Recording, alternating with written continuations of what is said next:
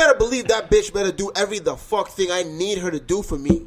And it's the same thing with the city of Cleveland with LeBron James. He put a baby in Cleveland? He put a baby in Cleveland, brought them a motherfucking ring, my nigga, for the first time ever, dog. And you dare retort that you're not going to do everything in your power to do what... There's no other human being in the planet that's brought as much money to Cleveland as that nigga LeBron James did. So what the fuck is you niggas talking about? Cleveland... That nigga could be the... I guarantee you if he ran for the mayor of Cleveland, I'll bet my life savings that nigga wins that shit. So if the whole city of Cleveland... run for the Senate. If the whole city of Cleveland would make that nigga the mayor, they better do what the fuck that nigga wants them to do, bro. Don't get on me about that shit. Next point, fam. The fuck is this nigga Charles Barkley talking? I'm about to not be a fan of this nigga, dog. The fuck is he talking about? Can I offer a counterpoint now? Go ahead. Because I'm going to defend Chuck on this one. Good luck, dog. I don't need luck. Yo, good luck. I got facts. Let's talk about it. LeBron James, okay. Everything you said is absolutely true. I know that. There's no fucking doubt about it. I don't speak lies about LeBron. No. After last year's NBA Finals, coming back from 3-1, 4 straight triple-doubles, there's no fucking way I can sit here and say... The man is a mutant. LeBron doesn't deserve everything and anything he has in his life because he's earned it from the moment he stepped on the court to the last words he said about Charles Barkley. Majestic ass nigga. Majestic. However... Oh, my God. And here's the issue. Let's go. There's absolutely nothing wrong with what LeBron said. Nothing. No. I don't disagree with anything he said because everything he said is true about Charles Barkley. Absolutely. But the only problem is Charles Barkley was talking about basketball. Okay. LeBron made it personal. How so? Because LeBron didn't talk about... This is how LeBron should have responded. No. I asked you a question. Okay. How did LeBron make it personal? Because he wasn't talking about basketball. How so? Because he's talking... Let's go over the retort. He attacked Charles Barkley's character. How? By talking saying about... he's a hater? No. By saying I never threw somebody out of a window. I don't have debts in Las Vegas. That's personal shit. That has nothing to do with on the court performance. Okay. See, Charles Barkley's issue was, why is he complaining? He won a championship. He should just perform. And I disagree with Barkley. I get you. I get your point. You get my point. I get your point. Absolutely. It's like you tell me, yo, Black, you're a terrible fucking personal trainer, bro. Right. You're showing this girl's got injured 3 times in the last week. What the fuck you doing? And then you say, yeah, but at least I take care of my kids. And I get your point. And it's like, and then you look at me like, the fuck, bro? Now, here's another issue I have with LeBron's response is Charles Barkley's paid to commentate. He gets paid to do analysis. If me and you are in the NBA and I go 0 for 10, I better expect Charles Barkley to talk shit about me. Right. Cleveland went 7-8 in January.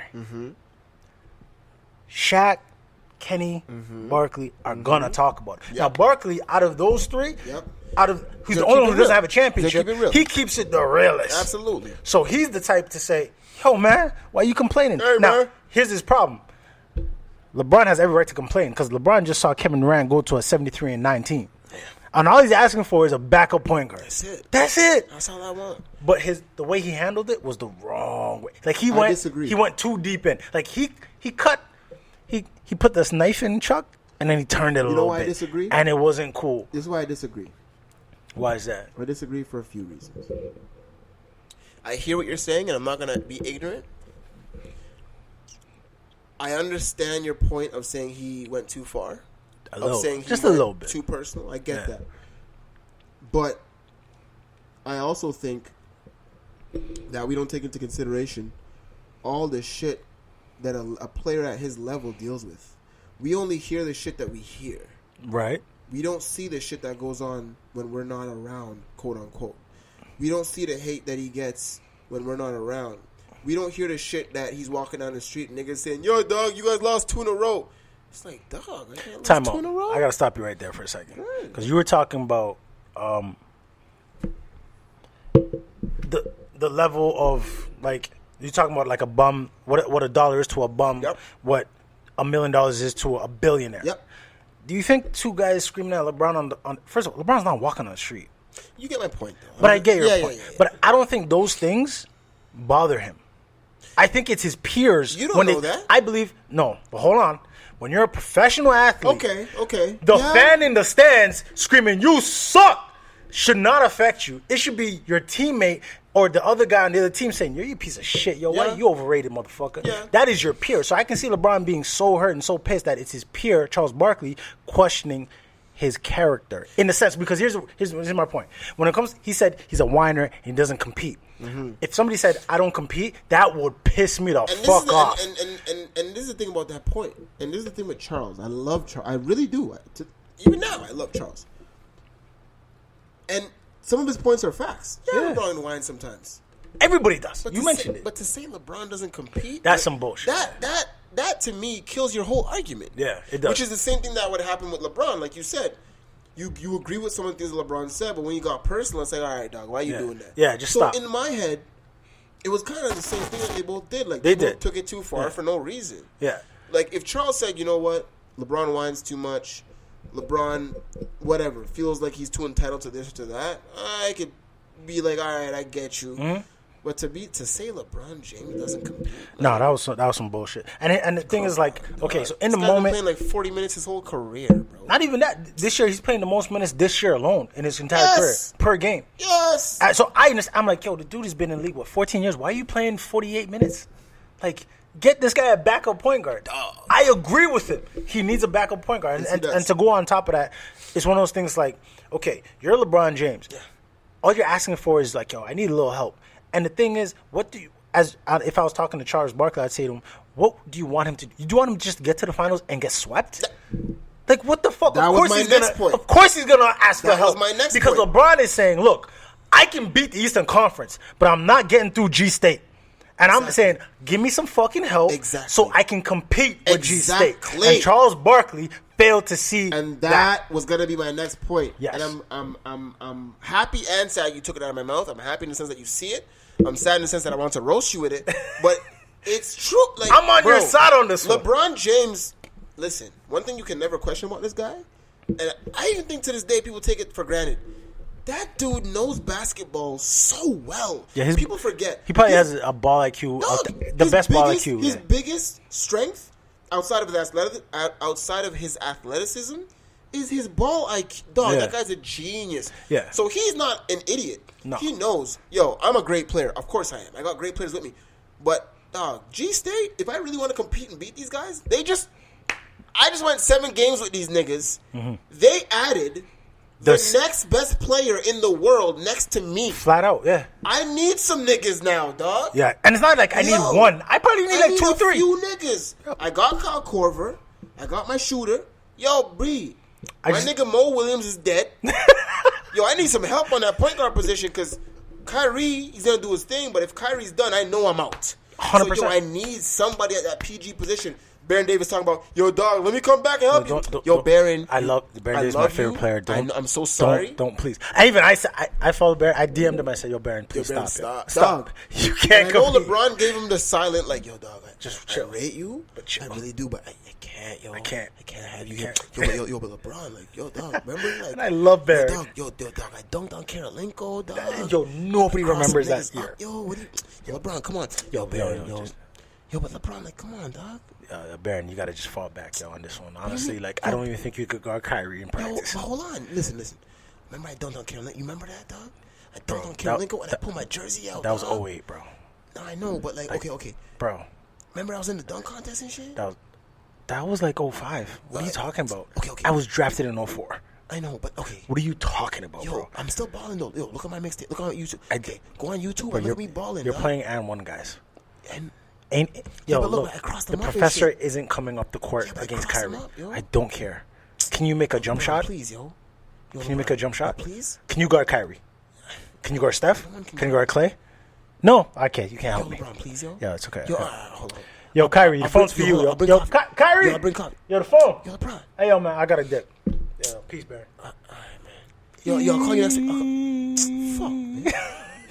Yo, literally, I seen the thing on Instagram saying Baron Davis trying to come out. I was like, nah, Baron, stop. And I love Baron Davis. I love Baron Davis. I was like, nah, you need to fall what? back. A small part of me was like, I would be excited. I'd be excited, yeah. But nah. But I feel like I'd be excited initially to see him in his first game, but then I'd be like, yo, but why'd you do that though? Like, immediately as you see him get burned on the baseline, and we fucked. That's we why fucked you up. ain't. That's why you shouldn't be in the league, man. Derek Fisher, you see Derek Fisher working out, trying to come back to the NBA. Derek Fisher was coaching last year. What are you thinking? That's what makes no sense to me, dog. Like everybody, here's the issue right now.